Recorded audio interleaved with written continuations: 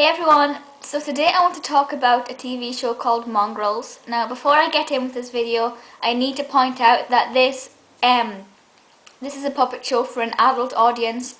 I know I have some younger subscribers, so I was sort of a bit like, will I do this, won't I do this? But it was quite highly requested by quite a few people actually, so I thought I will talk about it, but I have to point out it is not for a younger audience, even though it is a puppet show. But I will tell you more about that in a minute. So this is a BBC Three show, and I don't think it's part of their adult season, but it is an adult for an adult audience. And this only started, well, I was going to say last month, but it's August now, isn't it? It only started back end of June, and there's been 8 episodes. Now I've only seen 3, 4 maybe, but that's enough to give me a good feel of the show.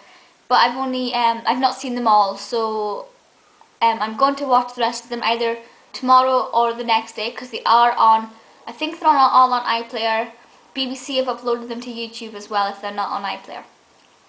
And basically it revolves around a couple of animals who hang out behind, like next to some dustbins. I think it's behind a bar or a restaurant or something. Somewhere where they can get scraps of food anyway. So they all hang around there. So you have Nelson, who is a fox, and he's the sort of the character I remember most. I'm not sure why, but I just do. Then you have Destiny, a dog, and she is adorable. And then you have Marion, the cat. If you're wondering why I'm looking down, it's because I've got them written down here because I never remember them all. So Marion is the cat, and surprisingly, although I'm a cat person, I don't really care for the cat character. You know, if there's not a scene with it, it's like, well, I don't care. Then you have Kaye the pigeon, which is kind of a random character, but I love them. I love her. And then you have Vince, who is another fox, who I never ever remember when I'm thinking of the characters. That's kind of the one I always forget for some reason. And basically it's just about their lives and their little animal antics that get up to. Nelson tries to swoon female foxes. The pigeon sort of flies into things and has trouble with nests. And in the one I was watching yesterday, the one that was on last night, she got hurt and had to live in a cardboard box. And she became very, very puffed out because she wasn't flying, so she couldn't exercise. So that was quite cute. The cat has sort of similar problems with food and things. And Destiny, one of the sort of stories I remember quite clearly is Destiny wanted to be a guide dog. So she sort of did something to another guide dog, but I won't spoil it. But they're just it's such a random show, to be honest with you. I don't think there was a demand for this. I don't think anybody sat at home thinking, gosh, I wish there was a show about puppets. But it seems to have gone down well. There seems to be quite a lot of talk about it. A lot of people seem to like it. And I can see why, because it is really quite funny. To be honest with you, it's not the type of comedy I normally like. I prefer satire and things that involve a bit of wit. This is very sketchy and very... Well, it's scripted. I'm not a massive fan of scripted comedy. And I know people are going to say things like Mock the Week and that are generally scripted, but it's spontaneous before they script it. This is all thought out and well planned. But it is really funny, and what I like especially about it is there's quite a lot of references throughout it to other BBC shows, BBC comedy shows, which obviously I watch a lot of.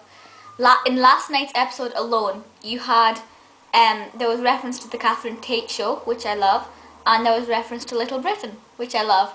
And there was also reference to Dirty Den. I cannot remember what it was. Oh yeah, I don't want to spoil it, but I'll tell you this one line. I can't remember who said it, but he said, I haven't seen a den this dirty since Leslie Grantham. And that was just it for me. I fell in love with that show just all over again. I hadn't ever fallen out of love with it, but I was like, that's it. You make reference to Leslie Grantham and I love it even more. So that was quite interesting. Now on Mock the Week, last week, Russell Howard had said that he got a mention on Mongrels, and I won't say what the mention was, but it had something to do with his eye. I won't tell you the exact quote because I kind of wish he didn't say the exact quote because now I kind of know it's coming. But if anybody knows of the episode where Russell's mention is in, please let me know because I want to watch that one. I haven't seen it, and I want to see Russell's mention in it because I absolutely adore Russell.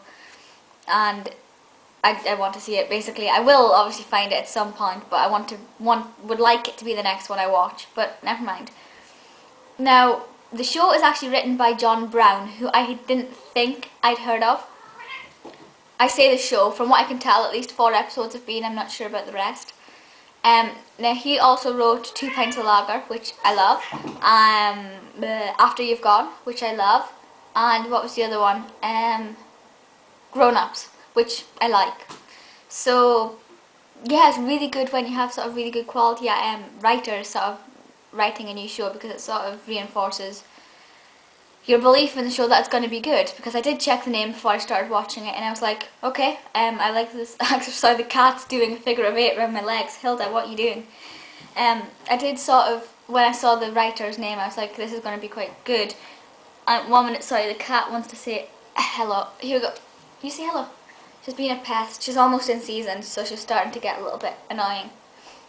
She's less annoying than the cat on Mongrels anyway, aren't you? Okay, right, go and be good. Sorry, my cats are always getting in the way in my videos. Yeah. So that's sort of basically everything there, and then you have the voices of the puppets. Now, I'll be honest with you, I'd only heard of one of the voices, which I'll get to when I mention them. But, and while I normally like to have that sort of input, I like to be able to sort of relate to the voices and things. Like with that, what was that show called? You know, the one where it was like just clips of wildlife and things, and Jason Manford did it, Sarah Millican, loads of others did it. It was on a couple of months ago. Walk on the Wild Side. Is that right? Walk on the Wild Side? Well, anyway, yeah. So in this one, I only knew one voiceover. The first one you have, Nelson is voiced by Rufus Jones. No idea, but it's not a problem.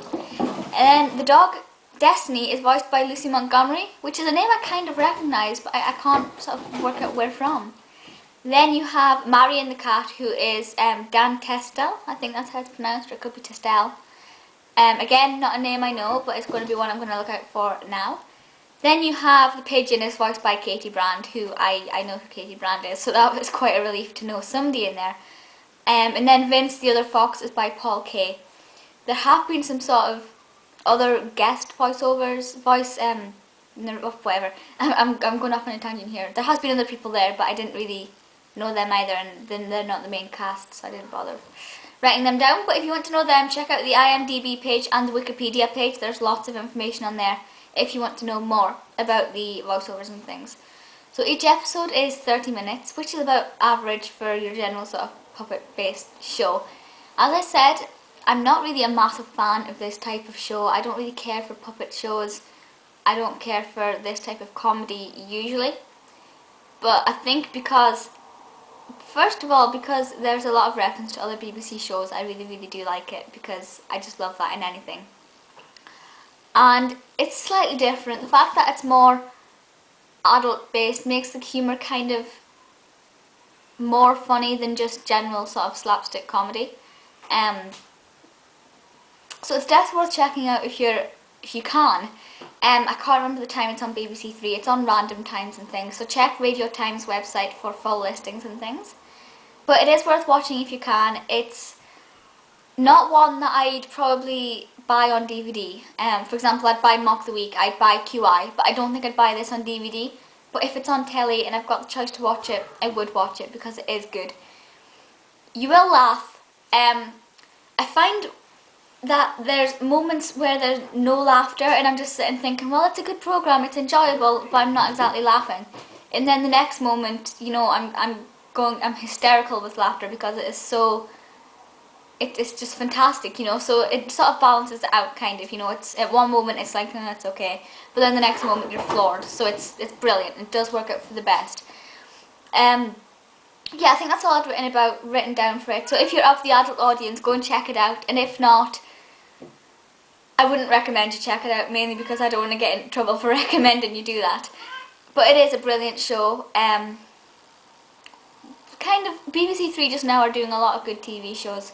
I can't name them all. Last night it was that, Small Teen, Big World, Young, Dumb and Living Off Mom. They also had Family Guy on and everything. So BBC Three just now is very much a godsend. I love it. This is just one of them that you need to check out, as well as the other shows I've mentioned. If you have any requests for any other shows, I know there are a few to get round, and I will do them as soon as I've got a list longer than my arm of videos to do. But that's all I want to say just now. Feel free to leave your requests, comments, video responses as usual, and I will see you next time. Bye guys!